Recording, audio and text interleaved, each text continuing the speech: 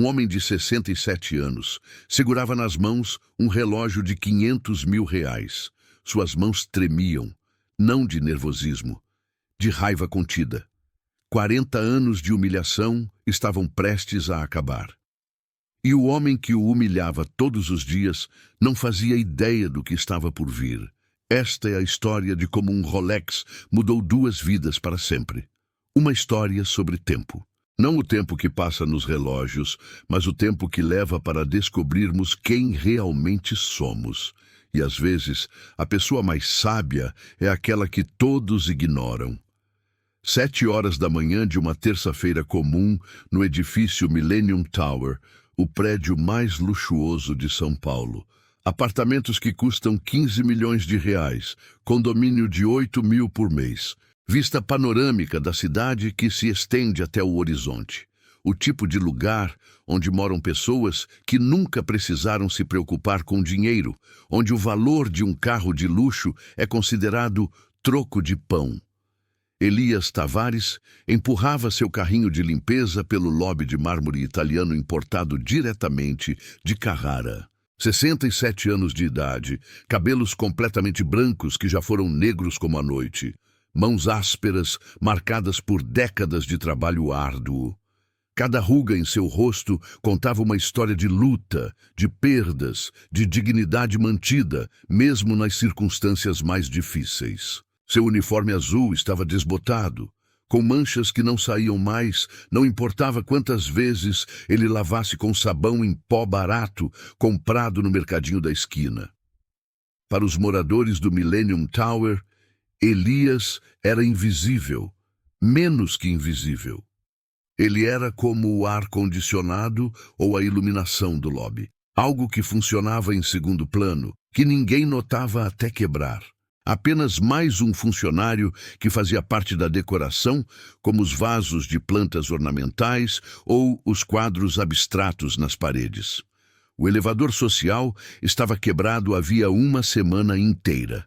A síndica, Dona Carmen, uma mulher de 50 e poucos anos que usava joias que custavam mais que um apartamento classe média, alegava que o conserto custaria muito caro e que podia esperar. Afinal, é apenas o elevador dos funcionários, ela havia dito na última reunião de condomínio, ajustando seu colar de pérolas enquanto falava. Não é como se fosse urgente. Então, Elias precisava usar o elevador principal, aquele reservado para os moradores, aquele que tinha espelhos dourados e piso de mármore polido.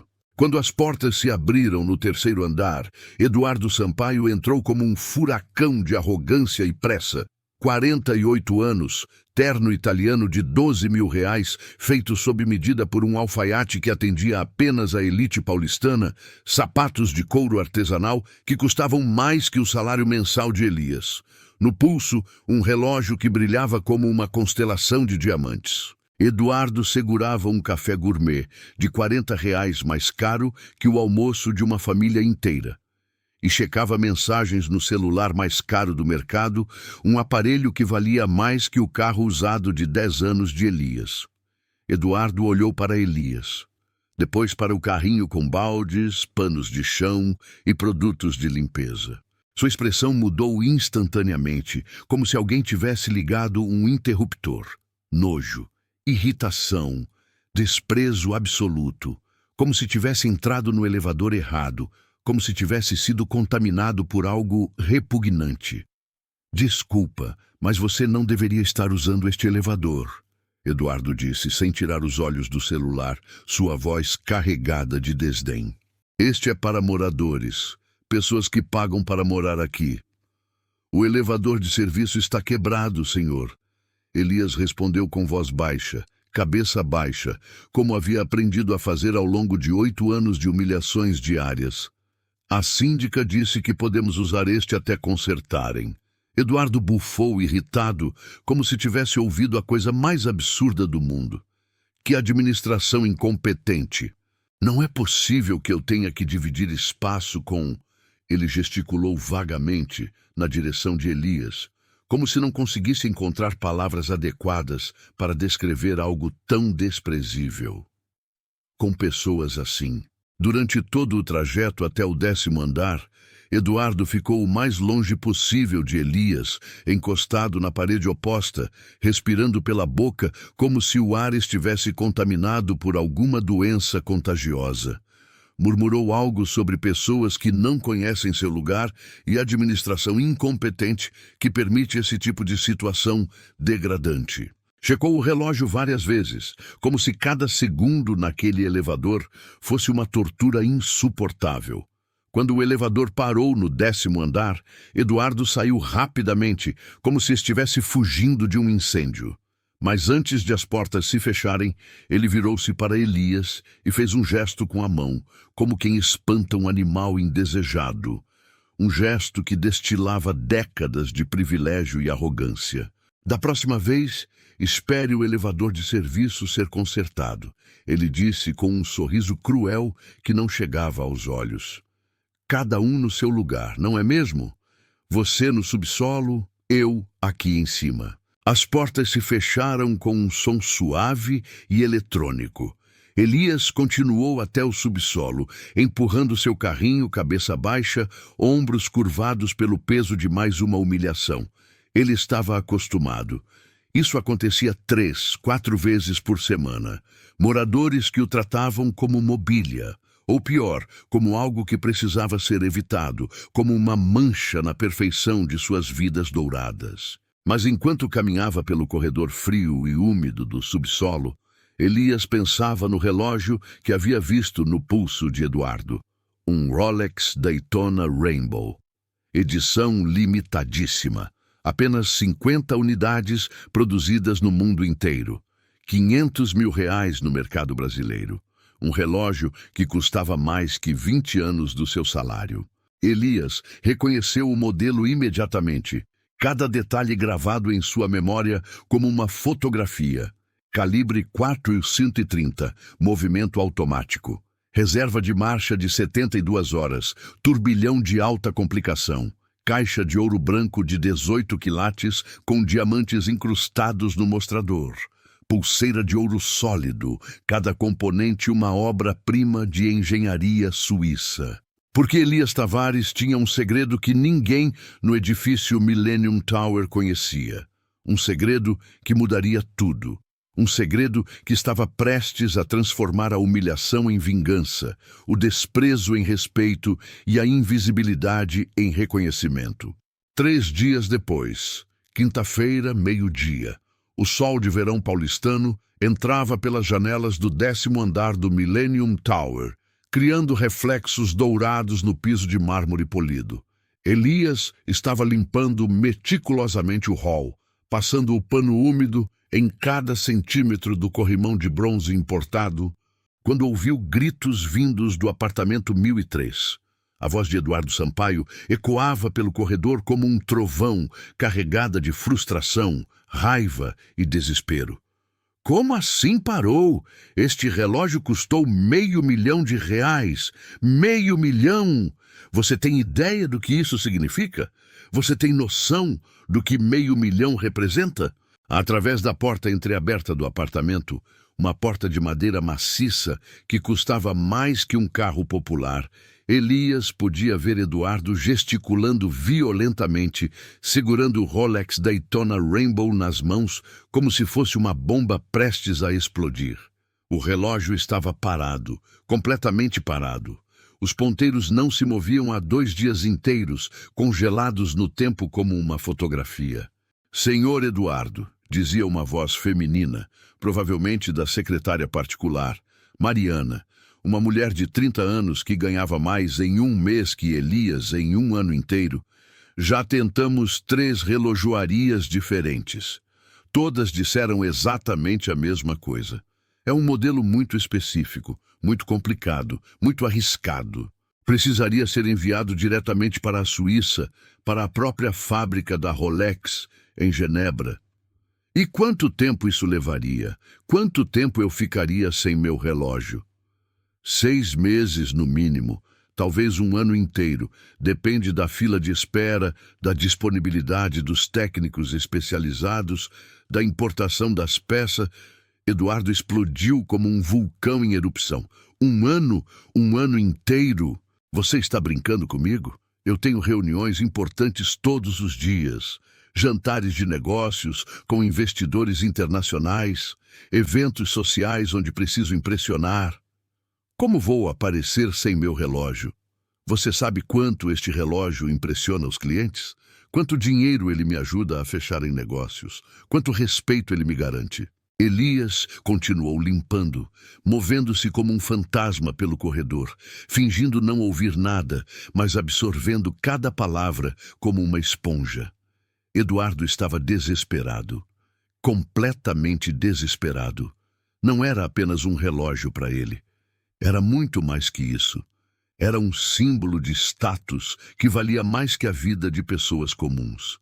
Era uma ferramenta de poder que abria portas e fechava negócios. Era uma extensão da sua personalidade arrogante, uma prova física da sua superioridade financeira. Já tentaram todas as relojoarias de São Paulo? Todas mesmo? Todas as importantes, senhor Eduardo. Casa Fretin, Drizum, Tourneau, até a própria loja oficial da Rolex no shopping Iguatemi. Ninguém quer nem tocar no relógio. Dizem que é muito arriscado, muito delicado. Se algo der errado durante o reparo, se uma peça quebrar, se o movimento for danificado, teriam que pagar R$500 mil em indenização. Nenhuma relojoaria quer assumir essa responsabilidade. Eduardo caminhou até a janela panorâmica do seu apartamento, olhando para a cidade lá embaixo que se estendia até o horizonte.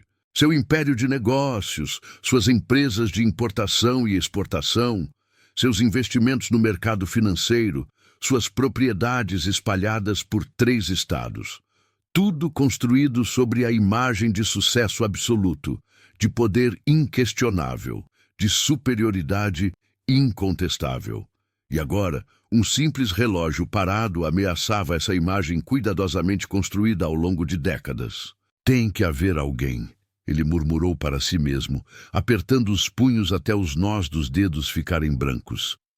Tem que haver alguém em São Paulo, neste país, neste continente, que consiga consertar este relógio.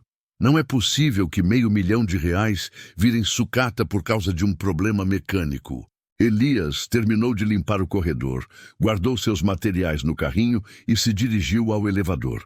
Mas antes de apertar o botão, ele parou. Ficou imóvel por alguns segundos, ouvindo os gritos que continuavam vindos do apartamento 1003. Virou-se lentamente e caminhou até a porta entreaberta. Respirou fundo, enchendo os pulmões de ar como um mergulhador prestes a descer às profundezas do oceano. Era agora ou nunca. Era o momento que ele havia esperado por 8 anos de humilhações. Ele bateu na porta. 3 batidas suaves, respeitosas, quase tímidas. "Quem é?" gritou Eduardo, irritado como um animal ferido. "É o Elias, senhor, o funcionário da limpeza."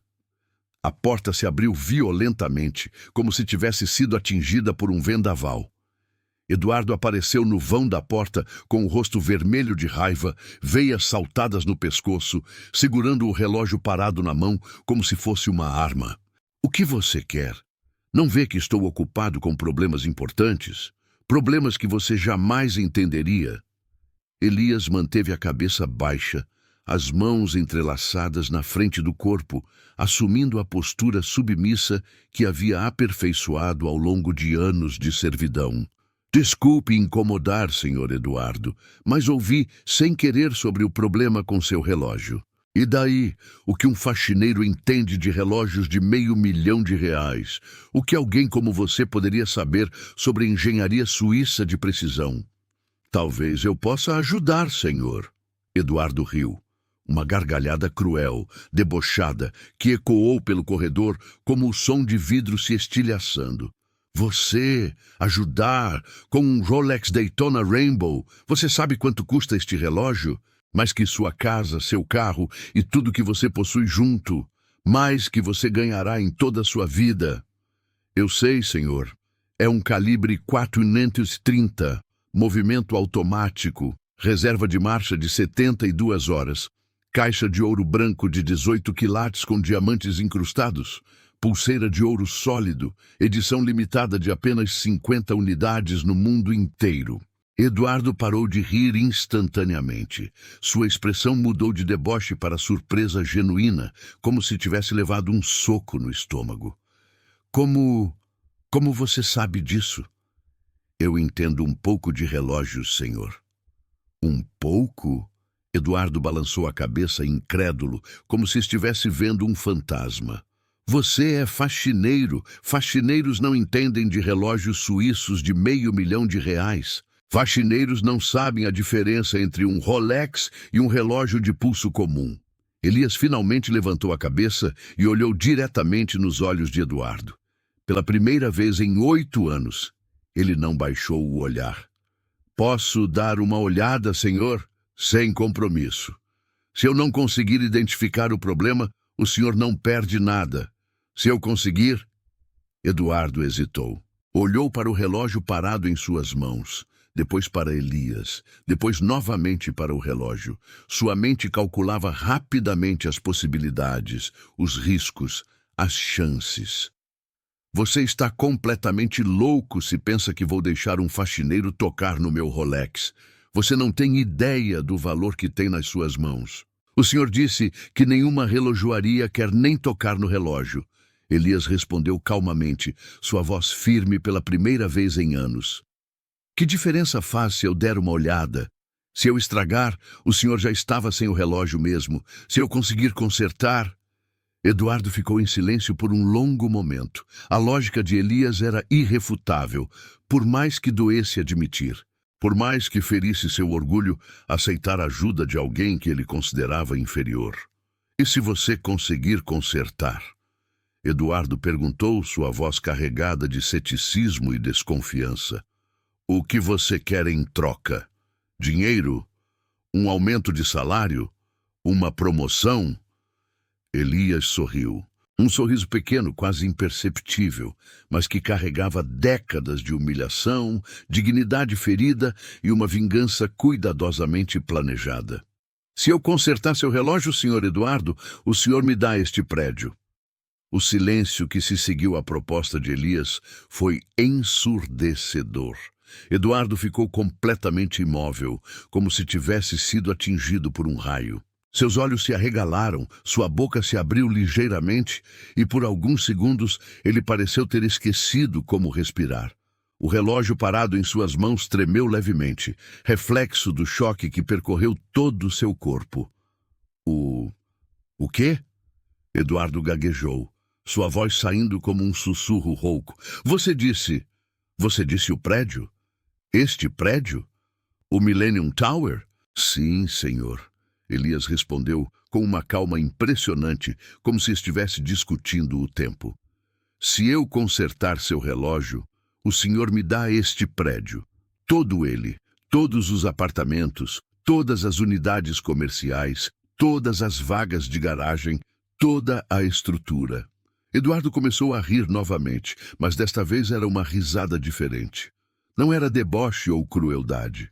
Era uma risada histérica, descontrolada, de alguém que havia perdido completamente a noção da realidade. Ele se apoiou no batente da porta, segurando a barriga, lágrimas escorrendo pelo rosto. Você está completamente maluco, Eduardo conseguiu dizer entre as gargalhadas. Você sabe quanto vale este prédio? Quanto vale? 80 milhões de reais. 80 milhões. Você está pedindo 80 milhões de reais para consertar um relógio de 500 mil. O senhor disse que nenhuma relojoaria consegue consertar, Elias replicou, mantendo o tom calmo e respeitoso. Que o relógio teria que ir para a Suíça e ficar lá por um ano inteiro.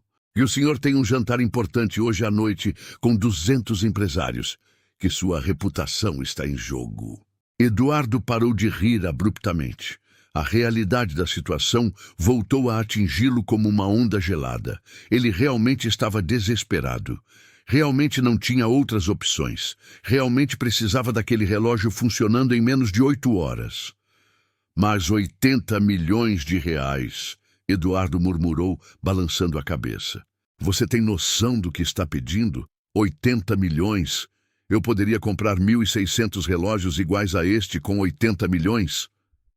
Mas o senhor não tem 1.600 relógios, Elias observou. O senhor tem apenas um, e ele está parado. E o senhor precisa dele funcionando hoje à noite. Eduardo caminhou em círculos pelo hall do apartamento, passando as mãos pelos cabelos, murmurando números para si mesmo. 80 milhões, 500 mil. A matemática não fazia sentido. Era completamente desproporcional. Era loucura absoluta. Você não tem dinheiro nem para comprar um apartamento de 2 quartos na periferia, Eduardo disse, apontando o dedo para Elias. Como você pretende administrar um prédio de 80 milhões? Como você vai pagar os impostos, a manutenção, os funcionários? Você não tem a menor ideia do que está pedindo. Isso é problema meu, senhor Eduardo, Elias respondeu. A pergunta é, o senhor aceita a aposta ou não? Eduardo ficou em silêncio por um longo momento, olhando fixamente para Elias. Estava tentando entender o que estava acontecendo. Como um simples faxineiro, um homem que ele havia humilhado dezenas de vezes, tinha a audácia de fazer uma proposta tão absurda. Como alguém que ganhava R$ 2.500 por mês tinha a coragem de pedir 80 milhões? E se você não conseguir consertar? Eduardo perguntou, sua voz carregada de suspeita. O que acontece se você estragar meu relógio? Se você quebrar alguma peça? Se você transformar R$ 500 mil em sucata? Elias pensou por alguns segundos antes de responder. Se eu não conseguir consertar, ou se eu danificar o relógio de alguma forma, eu pago o valor total. R$ 500 mil. Eduardo explodiu em gargalhadas novamente. Você pagar R$ 500 mil? Com que dinheiro? Você levaria 20 anos para juntar essa quantia. Você não tem nem R$ 500 na conta bancária? Tenho, Elias disse simplesmente. Tenho o quê? R$ 500 mil. Tenho o dinheiro. Eduardo parou de rir instantaneamente. Olhou para Elias com uma expressão de incredulidade total. Você está mentindo. Não é possível. Um faxineiro não tem R$ 500 mil guardado. Posso provar, Elias disse, tirando um papel dobrado do bolso do uniforme. Extrato bancário de ontem, Banco do Brasil, agência 1234, conta corrente. Eduardo pegou o papel com mãos trêmulas e abriu. Seus olhos percorreram os números várias vezes, como se não conseguisse acreditar no que estava vendo. Como você tem esse dinheiro? Eduardo gaguejou, olhando alternadamente para o extrato e para Elias. De onde veio essa quantia? Você roubou? Você está envolvido com drogas, com lavagem de dinheiro? Herança, Elias respondeu calmamente.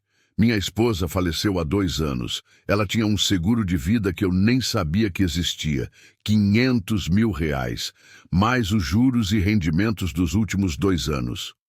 Eduardo ficou em silêncio, processando a informação.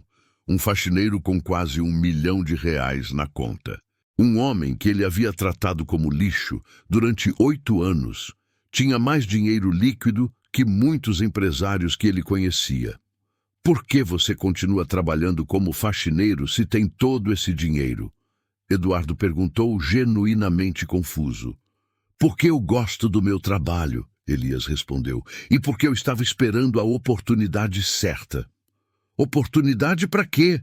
Para isso. Elias gesticulou vagamente na direção do prédio. Para esta conversa, para esta aposta. Eduardo olhou novamente para o extrato bancário, depois para o relógio parado em suas mãos, depois para Elias. Sua mente trabalhava freneticamente, calculando probabilidades, riscos, possibilidades. Do ponto de vista lógico, a aposta não fazia sentido. 80 milhões contra 500 mil. 160 para 1. Odds impossíveis. Mas Eduardo estava desesperado. E o faxineiro realmente tinha o dinheiro para cobrir a aposta se algo desse errado. E nenhuma relojoaria profissional havia conseguido nem identificar o problema. E ele precisava do relógio funcionando em menos de 8 horas. Você tem certeza de que consegue consertar? Eduardo perguntou, sua voz agora mais séria, menos debochada. Não, Elias respondeu honestamente. Eu não tenho certeza de nada, mas eu tenho uma chance. E o senhor não tem outras opções. Eduardo caminhou até a janela panorâmica do apartamento e ficou olhando para a cidade lá embaixo. São Paulo se estendia até o horizonte. Uma metrópole de 12 milhões de habitantes, milhares de prédios, milhões de histórias. E ali, no 10º andar do Millennium Tower, um empresário milionário estava considerando apostar 80 milhões de reais na habilidade de um faxineiro para consertar um relógio. Se eu aceitar esta aposta, Eduardo disse lentamente, sem se virar, e você conseguir consertar meu relógio, eu perco tudo. Este prédio é meu maior investimento. É onde eu moro, onde eu trabalho, onde eu construí minha vida. Você está me pedindo para apostar minha vida inteira. E o senhor está me pedindo para apostar a minha, Elias replicou. Se eu não conseguir consertar, ou se eu danificar o relógio, eu perco quase 1 milhão de reais.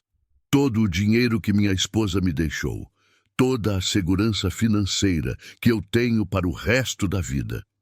Eduardo se virou lentamente, olhando diretamente nos olhos de Elias. Pela primeira vez em 8 anos, ele realmente viu o homem que estava na sua frente.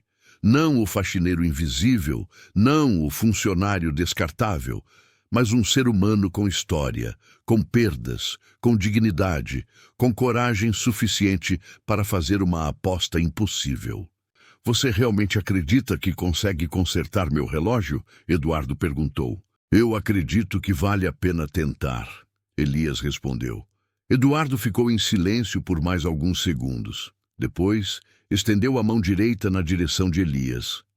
Aceito a aposta. O aperto de mão entre Eduardo e Elias durou apenas 3 segundos, mas foi suficiente para selar um acordo que mudaria 2 vidas para sempre. Eduardo sentiu a firmeza da mão calejada do faxineiro, uma firmeza que não esperava encontrar. Elias sentiu o tremor quase imperceptível na mão do empresário, um tremor que revelava nervosismo por trás da arrogância. Muito bem, Eduardo disse, soltando a mão e tentando recuperar a compostura. Você tem até às 18 horas. São 15 horas e 45 minutos agora. 2 horas e 15 minutos. Nenhum segundo a mais. Entendido, Elias respondeu, pegando delicadamente o Rolex das mãos de Eduardo. O relógio era mais pesado do que parecia, e Elias podia sentir a qualidade excepcional da construção suíça. Cada detalhe era perfeito, cada acabamento era impecável. Era realmente uma obra de arte mecânica. Onde você pretende trabalhar? Eduardo perguntou, cruzando os braços. Você não tem ferramentas, não tem bancada, não tem equipamentos. Como você pretende consertar um relógio de R$500 mil com as mãos vazias? Tenho tudo o que preciso, Elias respondeu calmamente. No subsolo. Eduardo franziu a testa. No subsolo? Que subsolo? Você está falando da área de serviço, do depósito de limpeza? Você vai consertar meu Rolex no meio de vassouras e produtos de limpeza? Não exatamente, Elias disse, guardando cuidadosamente o relógio no bolso interno do uniforme. O senhor pode me acompanhar se quiser, para garantir que eu não vou fugir com seu relógio. Eduardo hesitou por um momento. Parte dele queria acompanhar, para ver o faxineiro fracassar miseravelmente. Outra parte dele estava começando a sentir uma ansiedade estranha, como se tivesse acabado de fazer algo muito estúpido. Está bem, Eduardo disse finalmente. Eu vou com você. Quero ver essa oficina milagrosa no subsolo. Os 2 homens saíram do apartamento e caminharam em silêncio até o elevador. Eduardo apertou o botão do térreo, mas Elias balançou a cabeça. Subsolo 2, Elias disse. Tem que usar a chave especial. Eduardo olhou surpreso. Subsolo 2? Eu nem sabia que existia um subsolo 2 neste prédio. Eu sou o proprietário. Eu deveria saber de todos os andares. Existe, Elias disse simplesmente, tirando uma chave pequena e dourada do bolso. Poucos sabem. É onde fica a sala de máquinas principal, o sistema de ventilação central e algumas outras coisas. Elias inseriu a chave em um pequeno painel ao lado dos botões do elevador. O painel se abriu, revelando 2 botões adicionais, S2 e S3. Eduardo ficou boquiaberto. Subsolo 3 também? Eduardo perguntou, incrédulo. Também, Elias confirmou, apertando o botão S2. O elevador desceu mais do que Eduardo jamais havia descido naquele prédio. Quando as portas se abriram, ele se viu em um corredor bem iluminado, com paredes de concreto pintadas de branco e piso de cerâmica industrial. O ar era limpo e climatizado, muito diferente do que ele esperava encontrar em um subsolo. Por aqui, Elias disse, caminhando pelo corredor. Eduardo seguiu cada vez mais confuso. Eles passaram por várias portas marcadas com placas técnicas. Sala de máquinas A, central de ar-condicionado, reservatório de água, gerador de emergência. Era como se houvesse uma cidade subterrânea embaixo do prédio que ele pensava conhecer completamente. Como você tem acesso a tudo isso? Eduardo perguntou, tentando processar o que estava vendo. Eu trabalho aqui há 8 anos, Elias respondeu. Conheço cada canto deste prédio, cada sistema, cada máquina, cada problema que já aconteceu. Eles pararam em frente a uma porta no final do corredor. A placa dizia simplesmente manutenção especializada, acesso restrito. Elias tirou outra chave, esta maior e mais elaborada, e abriu a porta. O que Eduardo viu do outro lado o deixou completamente sem palavras. A sala era enorme, com pelo menos 50 metros quadrados. As paredes eram cobertas por estantes de madeira escura, repletas de ferramentas organizadas com precisão militar. Havia lupas de diferentes aumentos, microscópios, morsas delicadas, chaves de fenda de todos os tamanhos imagináveis, alicates especializados, medidores de precisão e centenas de outros instrumentos que Eduardo nem conseguia identificar. No centro da sala havia uma bancada de trabalho feita de madeira maciça, com uma superfície perfeitamente lisa e nivelada. Sobre a bancada, uma lâmpada de LED de alta potência fornecia a iluminação perfeita. Ao lado, um microscópio profissional que parecia ter custado mais que o carro de Eduardo. Mas o que mais impressionou Eduardo foram as paredes laterais. Elas estavam cobertas por centenas de relógios. Relógios antigos, relógios modernos, relógios de bolso, relógios de pulso, relógios de parede. Alguns funcionando, outros claramente em processo de restauração. Havia marcas que Eduardo reconhecia. Patek Philippe, Vacheron Constantin, Audemars Piguet, Jaeger-LeCoultre e dezenas de outras. Meu Deus! Eduardo murmurou, girando lentamente para absorver tudo. O que é este lugar? Minha oficina, Elias respondeu, acendendo as luzes principais. A sala ficou ainda mais impressionante sob a iluminação completa. Eu construí tudo isso ao longo dos últimos 8 anos. Eduardo caminhou até uma das estantes, observando as ferramentas. Tudo era de altíssima qualidade, profissional, caro. Muito caro. Você é relojoeiro? Eduardo perguntou, sua voz carregada de incredulidade. Fui, Elias respondeu, caminhando até a bancada e preparando seu espaço de trabalho. Durante 42 anos. Aprendi o ofício com meu pai, que aprendeu com o pai dele. 3 gerações de relojoeiros. Eduardo se aproximou da parede dos relógios, examinando as peças. Havia relógios que ele reconhecia como extremamente valiosos. Um Patek Philippe Perpetual Calendar, que valia pelo menos R$200 mil. Um Vacheron Constantin Vintage, que poderia custar 300 mil. Um A. Lange & Söhne, que era praticamente impossível de encontrar no Brasil. De onde vieram todos esses relógios? Eduardo perguntou. Clientes. Elias respondeu, ajustando a lupa sobre a bancada. Ao longo dos anos, pessoas descobriram que eu trabalho aqui. Elas trazem seus relógios para mim consertar, discretamente. Que tipo de pessoas? Pessoas como o Senhor, Elias disse, olhando diretamente para Eduardo.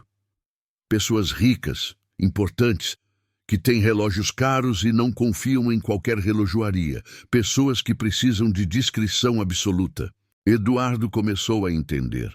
Você tem uma clientela secreta, pessoas que nem sabem que você é o faxineiro do prédio. Exatamente, Elias confirmou. Para eles, eu sou apenas o mestre Elias, o relojoeiro que trabalha no subsolo do Millennium Tower. Eles descem aqui, deixam seus relógios, pagam meus honorários e vão embora. Nunca nos encontramos nos andares superiores. Eduardo olhou ao redor novamente, tentando calcular o valor de tudo que estava vendo. As ferramentas sozinhas deviam valer mais de 100 mil reais. Os relógios na parede representavam milhões. E a expertise necessária para trabalhar com peças tão delicadas. Por que você nunca me disse? Eduardo perguntou. Por que você continuou fingindo ser apenas um faxineiro? Elias parou de preparar suas ferramentas e olhou para Eduardo com uma expressão que misturava tristeza e ironia. O senhor alguma vez me perguntou sobre minha vida? Elias disse calmamente. Em 8 anos, o senhor alguma vez demonstrou interesse em saber quem eu sou, além do homem que limpa seu chão? Eduardo ficou em silêncio. A resposta era óbvia. Não, ele nunca havia perguntado, nunca havia se interessado. Para ele, Elias sempre foi apenas o faxineiro invisível. Além disso, Elias continuou, voltando a organizar suas ferramentas. Ser invisível tem suas vantagens. As pessoas falam na minha frente como se eu não existisse. Elas revelam segredos, fazem negócios, discutem problemas. Eu aprendo muito sobre as pessoas quando elas acham que não estou prestando atenção. Eduardo sentiu um arrepio. Quantas conversas confidenciais ele havia tido na presença de Elias. Quantos segredos empresariais, quantas estratégias, quantas informações sensíveis.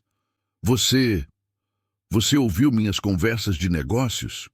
Eduardo perguntou nervoso. Ouvi muitas coisas. Elias respondeu, sem elaborar. Mas eu não sou fofoqueiro, Sr. Eduardo. Seus segredos estão seguros comigo. Eduardo não sabia se ficava aliviado ou mais preocupado. Ele caminhou até uma cadeira no canto da sala e se sentou, tentando processar tudo o que estava descobrindo. Então, você realmente pode consertar meu relógio, Eduardo disse, mais como uma constatação do que uma pergunta. Posso, Elias confirmou, tirando cuidadosamente o Rolex do bolso e colocando-o sobre a bancada. A questão é se eu vou conseguir fazer isso em 2 horas. Eduardo olhou para o relógio de parede da oficina. 16 horas e 5 minutos. Restavam 1 hora e 55 minutos. O que você acha que está errado com ele? Eduardo perguntou. Elias pegou uma lupa e começou a examinar o relógio cuidadosamente. Pelo que posso ver externamente, não há danos físicos. O problema deve estar no movimento interno. Pode ser uma peça desalinhada, um componente desgastado ou algo mais complexo. E se for algo que você não consegue consertar? Elias parou de examinar o relógio e olhou para Eduardo. Então eu perco quase 1 milhão de reais, e o senhor fica com um relógio quebrado e uma história interessante para contar. Eduardo assentiu lentamente.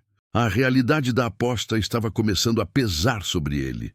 80 milhões de reais, seu prédio inteiro, sua vida inteira.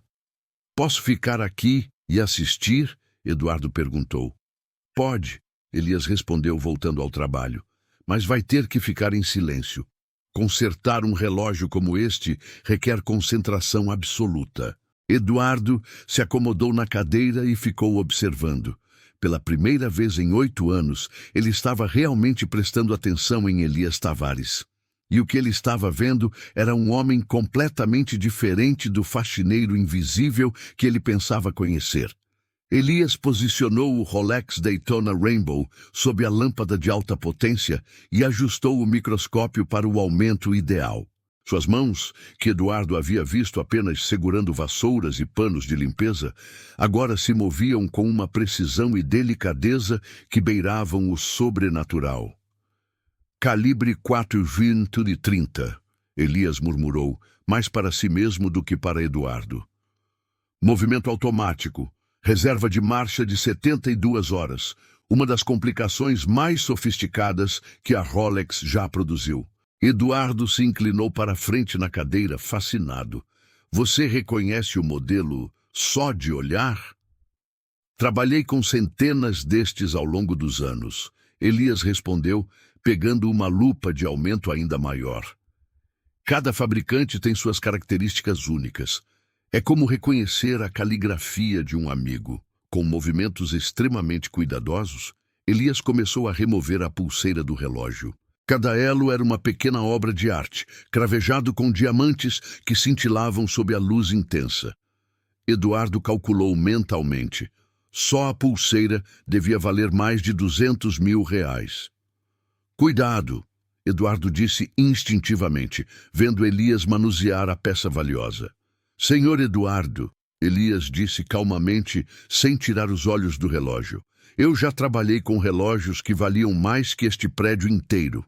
Confie em mim. Eduardo ficou em silêncio, mas continuou observando cada movimento. Elias colocou a pulseira cuidadosamente sobre um tecido de veludo, depois voltou sua atenção para o corpo do relógio. O problema não está na parte externa, Elias diagnosticou, examinando o mostrador através da lupa. Os ponteiros estão alinhados, o cristal está perfeito, não há sinais de impacto. O problema está no coração. No coração? No movimento interno, no mecanismo que faz o relógio funcionar, Elias explicou, pegando uma ferramenta microscópica que parecia mais um instrumento cirúrgico. Vou ter que abrir. Eduardo sentiu o estômago se contrair. Abrir? Você vai abrir meu relógio de R$500 mil? É a única maneira de diagnosticar e consertar o problema, Elias respondeu, posicionando a ferramenta na parte traseira do relógio. Mas antes de fazer isso, preciso que o senhor entenda uma coisa. Elias parou o que estava fazendo e olhou diretamente para Eduardo. Uma vez que eu abrir este relógio, não há volta. Se algo der errado, se eu descobrir que o problema é mais complexo do que imaginei, se uma peça quebrar durante o processo, o senhor perde R$500 mil. Tem certeza de que quer que eu continue? Eduardo olhou para o relógio, depois para Elias, depois para o relógio de parede. 16h20. Restavam 1h40. Continue, Eduardo disse, sua voz saindo mais rouca do que pretendia. Elias assentiu e voltou ao trabalho. Com uma precisão que Eduardo jamais havia visto, ele começou a remover a tampa traseira do relógio.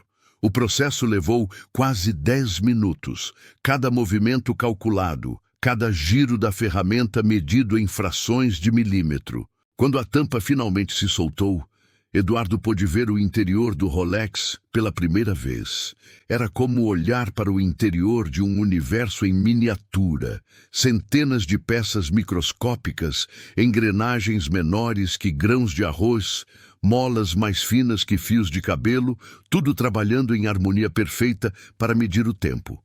Meu Deus, Eduardo sussurrou, é incrível. É uma das máquinas mais complexas já criadas pelo homem, Elias disse, ajustando o microscópio para um aumento ainda maior. 347 peças individuais, cada uma usinada com tolerâncias de centésimos de milímetro. Uma obra de arte da engenharia suíça. Elias começou a examinar cada componente sistematicamente. Suas mãos se moviam com a confiança de alguém que havia feito isso milhares de vezes. Eduardo observava hipnotizado como o homem que ele havia tratado como invisível demonstrava uma expertise que pouquíssimas pessoas no mundo possuíam. Aqui, Elias disse de repente, apontando para uma área específica do movimento. Encontrei o problema. O que é? A roda de escape está desalinhada, Elias explicou, pegando uma ferramenta ainda menor. É uma peça crucial que controla a liberação de energia do mecanismo. está deslocada por aproximadamente 0,03 de milímetro. Eduardo franziu a testa. 0,03 de milímetro? Isso é quase nada. Em relojoaria, 0,03 de milímetro é uma eternidade, Elias respondeu, começando a trabalhar na peça defeituosa. É a diferença entre um relógio que funciona perfeitamente e um relógio que não funciona de jeito nenhum. Eduardo ficou observando fascinado enquanto Elias trabalhava. O homem usava ferramentas tão pequenas que Eduardo mal conseguia vê-las. Cada movimento era preciso, deliberado, confiante. Não havia hesitação, não havia nervosismo. Era como assistir a um cirurgião operando um coração. Como você aprendeu a fazer isso? Eduardo perguntou, quebrando o silêncio. Meu pai me ensinou, Elias respondeu, sem tirar os olhos do trabalho. Ele aprendeu com o pai dele, 3 gerações de relojoeiros. Comecei a trabalhar na oficina do meu pai quando tinha 12 anos. Aos 18, fui para a Suíça estudar na escola de relojoaria mais prestigiosa da Europa. E depois? 40 anos na Patek Philippe, Elias disse, fazendo um ajuste microscópico na roda de escape. Comecei como aprendiz, terminei como mestre. Trabalhei com relógios de reis, presidentes, colecionadores lendários, peças únicas que valiam milhões de dólares. Eduardo ficou em silêncio, processando a informação. O homem que ele havia humilhado durante 8 anos havia trabalhado com relógios de reis e presidentes. Por que você voltou ao Brasil? Eduardo perguntou. Elias parou de trabalhar por um momento. Suas mãos ficaram imóveis sobre o relógio. Minha esposa ficou doente, Elias disse calmamente. Câncer. Precisávamos de tratamento caro. Vendi tudo que tinha na Suíça e voltei para o Brasil. Pensei que seria mais barato aqui. E foi? Não foi barato o suficiente, Elias respondeu, voltando ao trabalho. Ela faleceu em 2017. Eduardo sentiu um aperto no peito. Sinto muito. Obrigado, Elias disse simplesmente. Depois disso, tentei voltar ao mercado de relojoaria aqui no Brasil, mas ninguém acreditava na minha experiência. Ninguém queria contratar um relojoeiro de 62 anos. O único emprego que consegui foi como zelador. Mas você continuou consertando relógios? Discretamente? Elias confirmou, fazendo outro ajuste delicado. Algumas pessoas descobriram que eu trabalho aqui. Elas trazem seus relógios para mim, pago minhas contas extras com esse trabalho. Eduardo olhou ao redor da oficina novamente. Deve dar um bom dinheiro. Dá, Elias admitiu, mas não é pelo dinheiro que eu faço, é porque é quem eu sou. Eu sou relojoeiro. Sempre fui, sempre serei. Não importa que trabalho eu tenha oficialmente. Eduardo ficou observando Elias trabalhar por mais alguns minutos. O homem estava completamente concentrado, perdido em seu ofício. Era como se o resto do mundo não existisse. Só ele, o relógio e a precisão absoluta necessária para fazer o tempo voltar a andar. Pronto, Elias disse de repente, colocando a ferramenta de lado. A roda de escape está realinhada. Agora vou testar o movimento antes de fechar. Elias pegou uma pequena chave e deu corda no relógio manualmente. Eduardo ouviu um som suave, quase imperceptível, como o bater de um coração minúsculo. Está funcionando, Eduardo disse, vendo os ponteiros começarem a se mover. Está, Elias confirmou, observando o movimento através da lupa. Mas preciso calibrar a precisão. Um Rolex Daytona Rainbow não pode ter variação de mais de 2 segundos por dia. Eduardo olhou para o relógio de parede. 16 horas e 50 minutos. Restavam 1 hora e 10 minutos. Quanto tempo você precisa para calibrar? 15 minutos. Elias respondeu, pegando um cronômetro digital. Vou sincronizar com o tempo atômico e fazer os ajustes finais. Eduardo se recostou na cadeira, finalmente permitindo-se relaxar um pouco. O relógio estava funcionando. O homem que ele havia subestimado durante 8 anos havia conseguido fazer o que nenhuma relojoaria profissional havia conseguido. Elias, Eduardo disse, sua voz mais suave do que havia sido em anos. Sim, senhor. Obrigado. Elias parou de trabalhar e olhou para Eduardo. Era a primeira vez em 8 anos que Eduardo o agradecia por alguma coisa. De nada, senhor Eduardo. Elias respondeu, voltando ao trabalho. É o meu ofício. Às 17h50, Elias subiu as escadas até o salão de festas com passos firmes e decididos. Cada degrau que subia era como uma metamorfose reversa. O zelador invisível estava se transformando de volta no mestre que sempre havia sido. 40 moradores ainda estavam no salão, esperando pelo show. A atmosfera era festiva, quase carnavalesca. Alguns haviam trazido pipoca e refrigerantes, como se fossem assistir a um filme. Outros estavam fazendo apostas sobre quanto tempo Elias levaria para desistir e voltar humilhado. Aposto que ele nem conseguiu abrir o relógio, disse Roberto, o engenheiro do 10º andar, rindo alto. Deve ter quebrado alguma coisa, acrescentou Dona Carmen, balançando a cabeça. Coitado do Eduardo, vai ter que comprar outro relógio.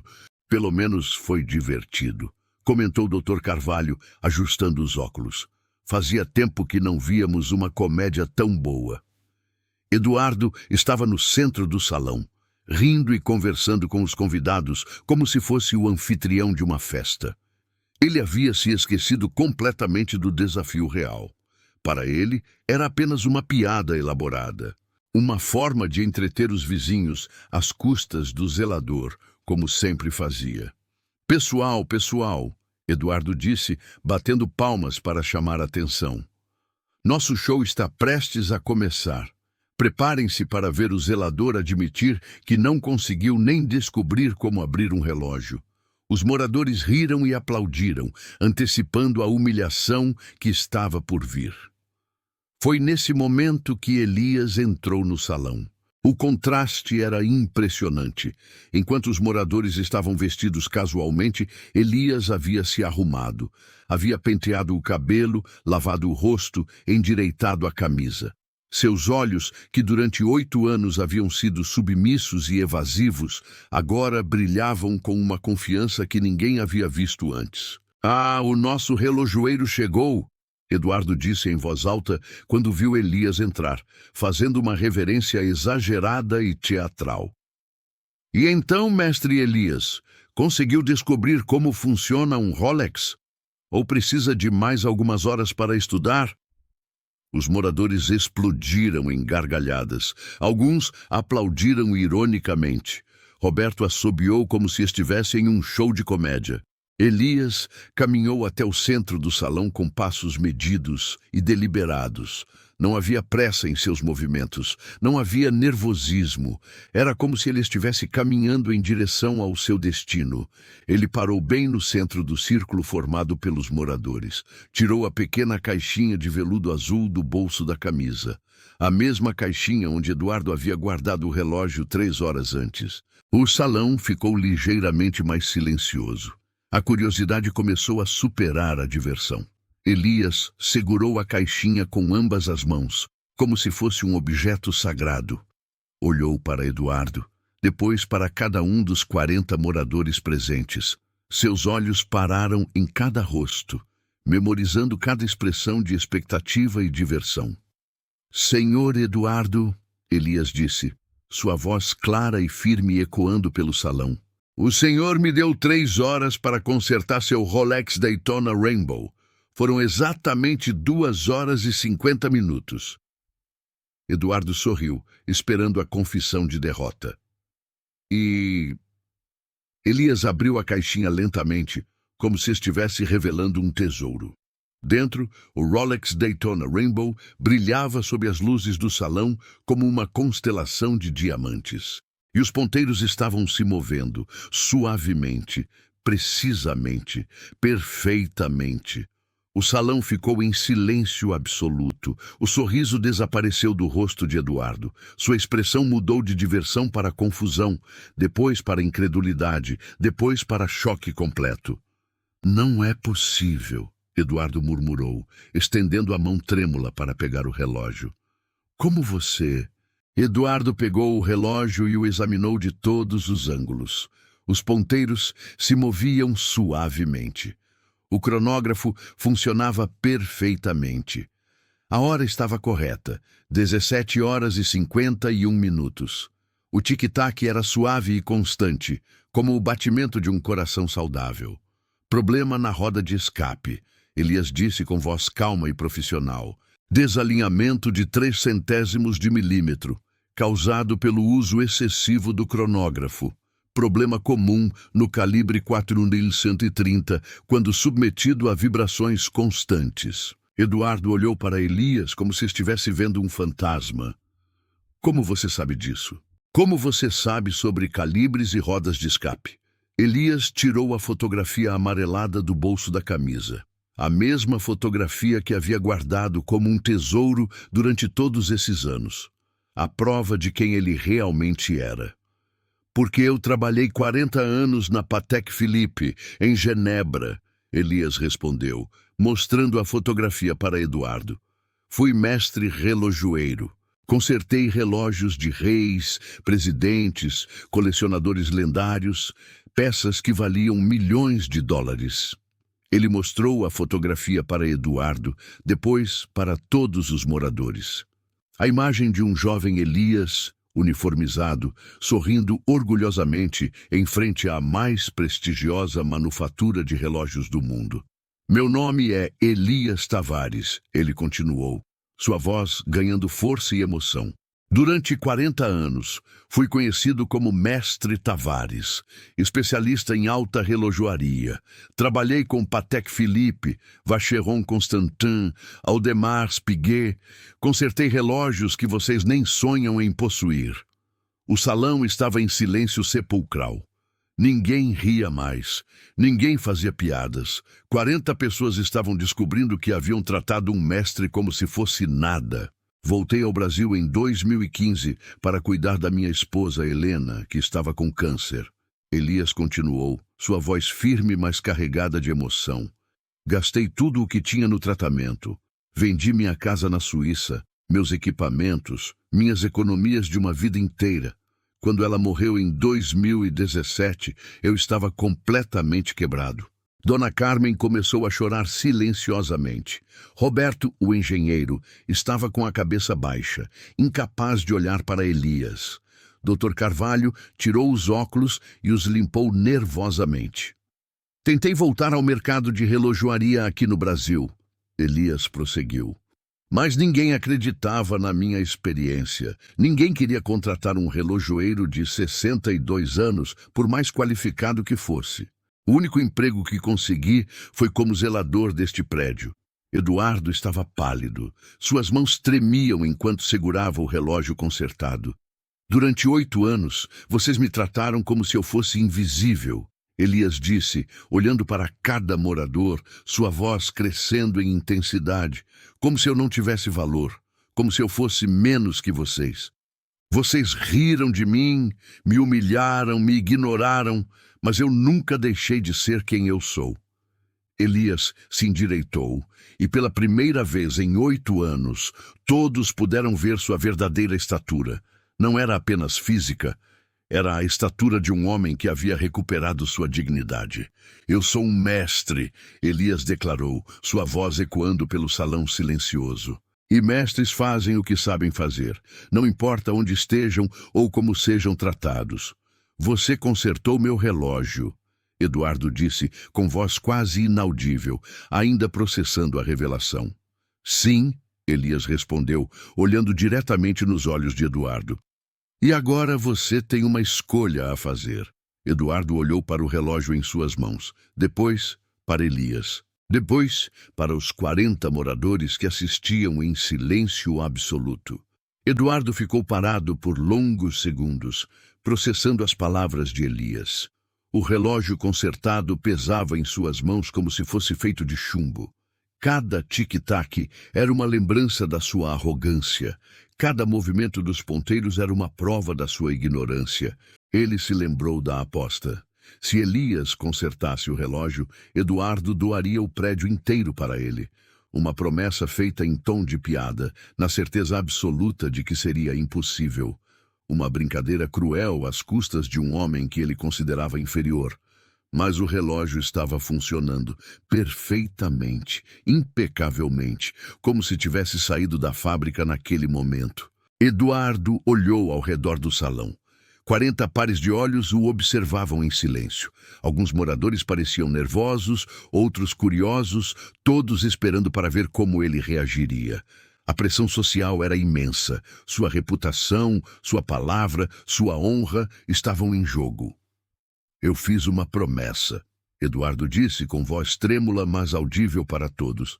Na frente de todos vocês. Se o Elias consertasse meu relógio, eu doaria o prédio para ele. Os moradores murmuraram entre si. Alguns pareciam preocupados com o valor dos seus apartamentos. Outros sussurravam sobre as implicações legais. A tensão no ar era palpável. Uma promessa é uma promessa, Eduardo continuou, sua voz ganhando firmeza. Minha palavra vale mais que qualquer contrato, mais que qualquer dinheiro. Mas antes de cumpri-la, eu preciso dizer algo. Eduardo se virou para Elias. Seus olhos estavam marejados, sua voz embargada pela emoção. Era a primeira vez em anos que ele sentia vergonha genuína de si mesmo. Eu peço desculpas, ele disse com voz quebrada. Peço desculpas profundas e sinceras por ter tratado você como se fosse invisível, por ter sido cruel, arrogante, desrespeitoso, por ter julgado você pela sua profissão, pela sua roupa, pela sua condição financeira. Eduardo se ajoelhou na frente de Elias. O salão inteiro ficou em choque absoluto. Ninguém esperava ver o homem mais rico do prédio se ajoelhando diante do zelador.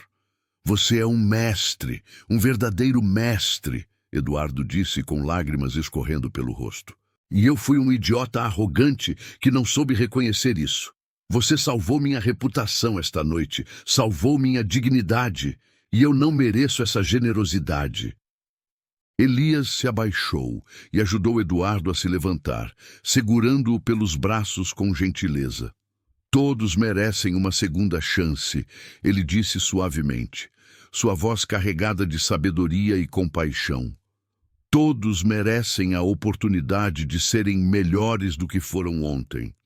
Sobre o prédio, Eduardo começou, ainda processando as implicações da sua promessa. Eu não quero o prédio, Elias interrompeu, surpreendendo a todos. Eu não preciso de propriedades, não preciso de riqueza material. Eu quero algo muito mais simples e muito mais valioso. Eduardo olhou para ele, confuso e curioso. Eu quero respeito, Elias disse, sua voz ecoando pelo salão silencioso. Quero que vocês vejam as pessoas pelo que elas realmente são, não pelo que elas aparentam ser. Quero que tratem todos os funcionários com dignidade. Quero que lembrem que cada pessoa tem uma história, tem valor, tem conhecimento que pode surpreendê-los. Eduardo assentiu vigorosamente, como uma criança prometendo ser obediente. Sim, claro, qualquer coisa que você quiser. E eu quero meu emprego de volta, Elias disse, sorrindo pela primeira vez em 8 anos. Mas não como zelador, como mestre relojoeiro. Quero abrir uma oficina de alta relojoaria aqui no prédio, para consertar relógios de verdade, para ensinar jovens a arte da relojoaria, para manter viva uma tradição que está se perdendo.